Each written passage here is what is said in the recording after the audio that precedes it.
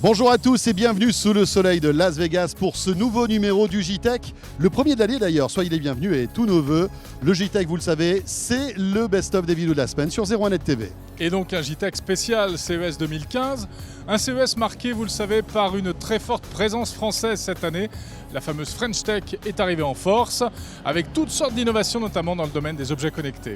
Et puis Axel Lemaire, secrétaire d'État au numérique, qui est venu avec une délégation gouvernementale pour soutenir toutes ces startups françaises. Enfin, la télévision est à l'honneur comme chaque année au CES de Las Vegas, cap sur l'ultra haute définition, avec différentes technologies qui se concurrencent. Voilà, le JTech, c'est toute l'actualité high-tech. Chaque week-end, soyez les bienvenus.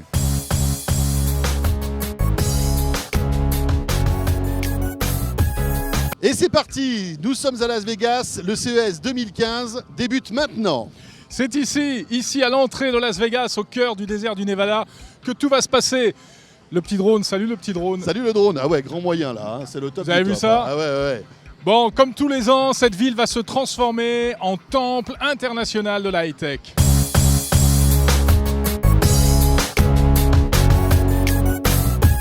Et la French Tech, c'est la French Touch High Tech très présente cette année au CES de Las Vegas, notamment ici au cœur de l'Eureka Park où nous nous trouvons. Et des dizaines de startups françaises. La French Power est là en force pour présenter toutes ces innovations. Alors on en a sélectionné quelques-unes, comme par exemple ces boules connectées qui font de la musique. Ça c'est génial. À l'intérieur des capteurs reliés à une application sur mobile, ça déclenche ce qu'on appelle des samples, des petites boucles musicales.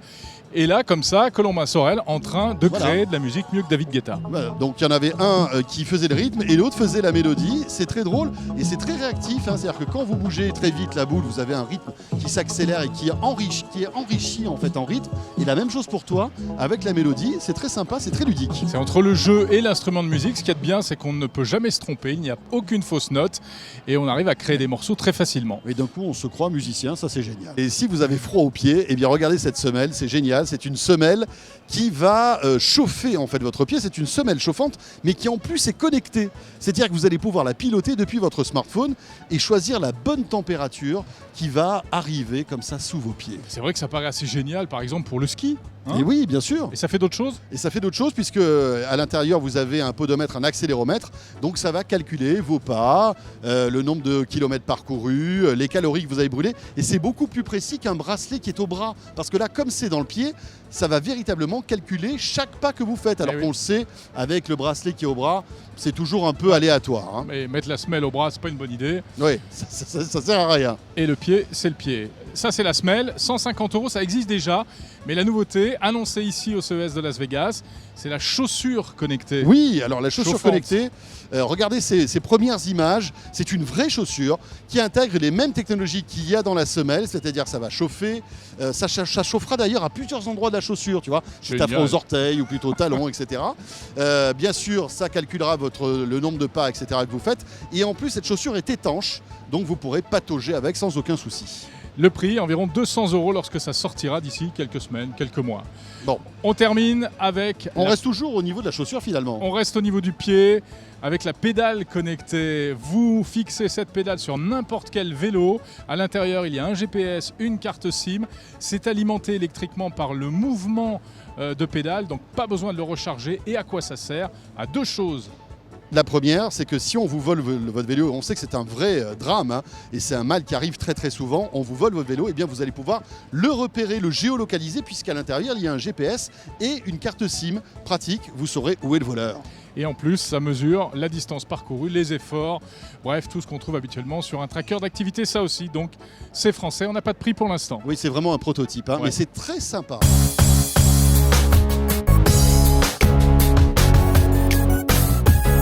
Le numérique, c'est 1 500 000 emplois. C'est 700 000 emplois créés dans les 15 dernières années.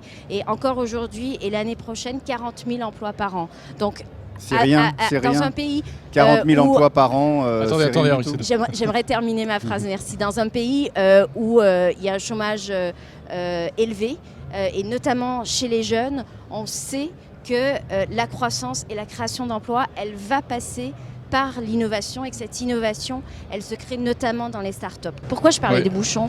Parce qu'en France, on a Vous allez des nous parler TGV, d'Uber et des taxis ? on a des infrastructures, on a une bonne Du connexion. Wi-Fi dans la gare. On a les une trains. bonne connexion, on a de la haute Alors on va la voir ce Wi-Fi dans le train ou pas ? Eh bien, j'y travaille On sait que avec vous y êtes Guillaume très attaché. Péqui, avec les équipes de la SNCF. Le dossier est remis sur la table, il y a une forte volonté d'avancer. Alors effectivement, il faut réussir. Il se trouve qu'on est victime de la qualité de nos réseaux parce que le réseau ferroviaire est très étendu, les TGV vont très vite. Il faut réussir à trouver un modèle économique qui permet de manière pas trop onéreuse de généraliser l'accès à Vous êtes Internet dans les optimiste ? Vous trains. pensez que la SNCF va y arriver ? En tout cas, je suis Vous voulez têtue. mettre la pression ? Je suis têtue. Axel Lemaire. Attends, juste une chose, parce qu'on parlait des transports, les avions. J'imagine que vous êtes venu en avion, vous n'avez pas eu de Wi-Fi. Est-ce qu'on ne pourrait pas aussi faire quelque chose pour qu'on ait du Wi-Fi dans les avions ? Alors j'en Non ai longuement discuté avec le Voilà. commandant de bord Très bien. parce que Avec le partenaire j'enrageais France, ça d'avoir serait bien aussi. perdu. J'ai travaillé 10 heures dans l'avion, j'ai perdu tout ce que j'ai fait parce que Non, j'ai parce pas qu'il faut pu savoir que par l'envoyer. exemple sur les lignes intérieures Ah oui, ici aux d'accord. États-Unis, Tu l'as, sur ouais. les lignes intérieures aux États-Unis, il y a Tu du l'as. Wi-Fi. Tu l'as à En 5 France, dollars on de n'a pas l'heure. Wi-Fi. C'est quand même un paradoxe, c'est que Mais vous tu- dites tu- qu'on est tu un entends- pays tu hyper en- connecté, etc. Tu viens d'entendre, tu as entendu ce que vient de nous dire notre ministre ? Elle a vécu un incident qui finalement nous arrive aussi. Faute de connexion, vous avez perdu votre travail Voilà, sur un avion. Aïe, aïe, aïe. Sur ordinateur. j'enrageais et donc effectivement pour être compétitif aujourd'hui, c'est Ça passe par là devenu aussi. simplement une Donc dans les obligation. avions, ça va arriver aussi. J'aimerais quand même souligner quelque chose, le plan France très haut débit. Alors peut-être qu'aujourd'hui on ne le voit pas encore. En 2022, la France sera le pays le mieux connecté d'Europe. On aura de l'Internet en très haut débit sur l'ensemble des territoires pour couvrir toute la population. En ce moment, l'État, les collectivités et les opérateurs de télécommunications investissent massivement et en particulier dans la fibre. Et c'est la fibre aujourd'hui qui permet les débits les plus rapides, les illimités, qui permet la plus grande qualité de données, de flux, notamment pour faire du big data.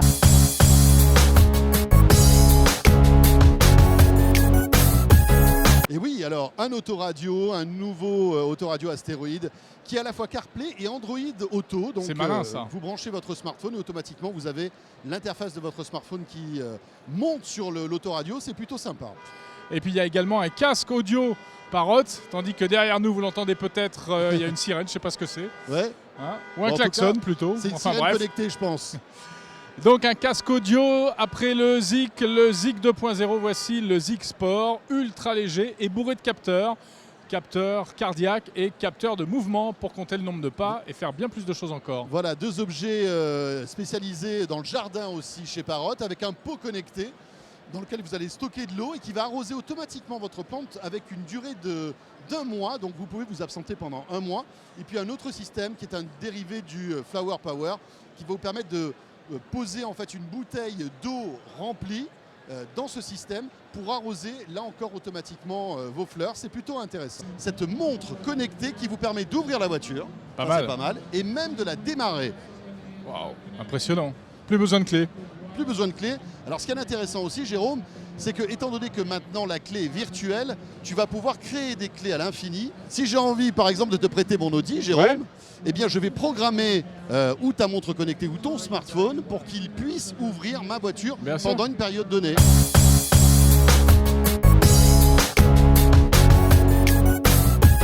Ça y est, c'est parti. Cette année 2015 verra l'arrivée dans le commerce de ces téléviseurs.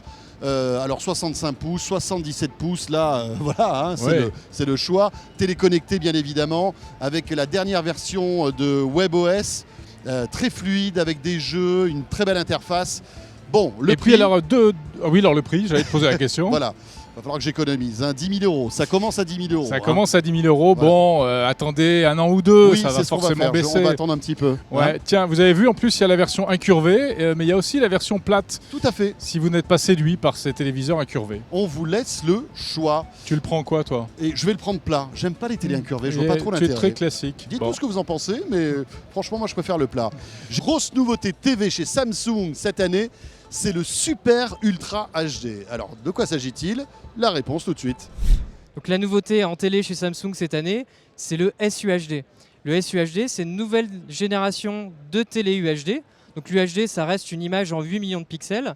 Mais on a retravaillé le rétroéclairage, on a retravaillé la gestion des couleurs avec des nanotechnologies et on a retravaillé la dalle en elle-même. Donc ça nous apporte une télé qui va être beaucoup plus colorée, 4 fois plus de couleurs, une télé qui va avoir beaucoup plus de luminosité, 37% en plus par rapport aux télés actuelles, et puis une télé qui sera dans un écrin, un design en alu brossé qu'on va retrouver sur toutes les séries SUHD. Ça reste du LED, mais on pousse le LED dans ses retranchements quelque part, avec un rétroéclairage bleu et non plus blanc, avec des couches de nanotechnologie qui vont clairement différencier les couleurs, notamment le rouge et le vert, ce qui va apporter une colorimétrie bien plus importante qu'on en avait jusqu'à présent. On est proche des standards de l'UHD de 2020, on est en REG 2020 pour les spécialistes, et au-delà de ça, on va avoir un nouveau type de dalle, une nouvelle dalle, toujours aussi flexible, qui permet l'écran incurvé, et qui sera capable de laisser passer beaucoup plus de lumière, 37% en plus. Concrètement, ça permet d'avoir une image plus détaillée, mieux colorée, c'est ça? Alors détaillée de par l'ultra haute définition, colorée par la technologie Quantum Dot qu'on utilise sur le rétroéclairage, et puis aussi beaucoup plus lumineuse grâce à la dalle embarquée dans le produit.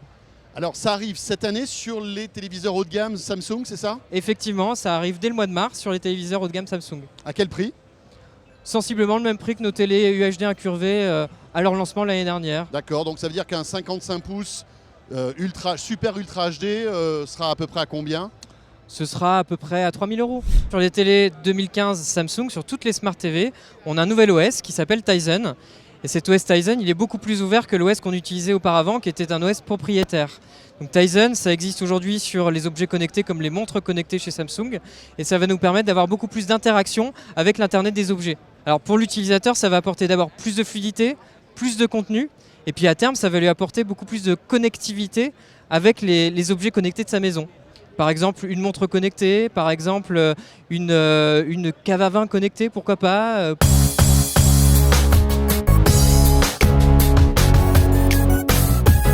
Voilà, c'est la fin de ce JTech spécial Las Vegas CES 2015. On se retrouve la semaine prochaine.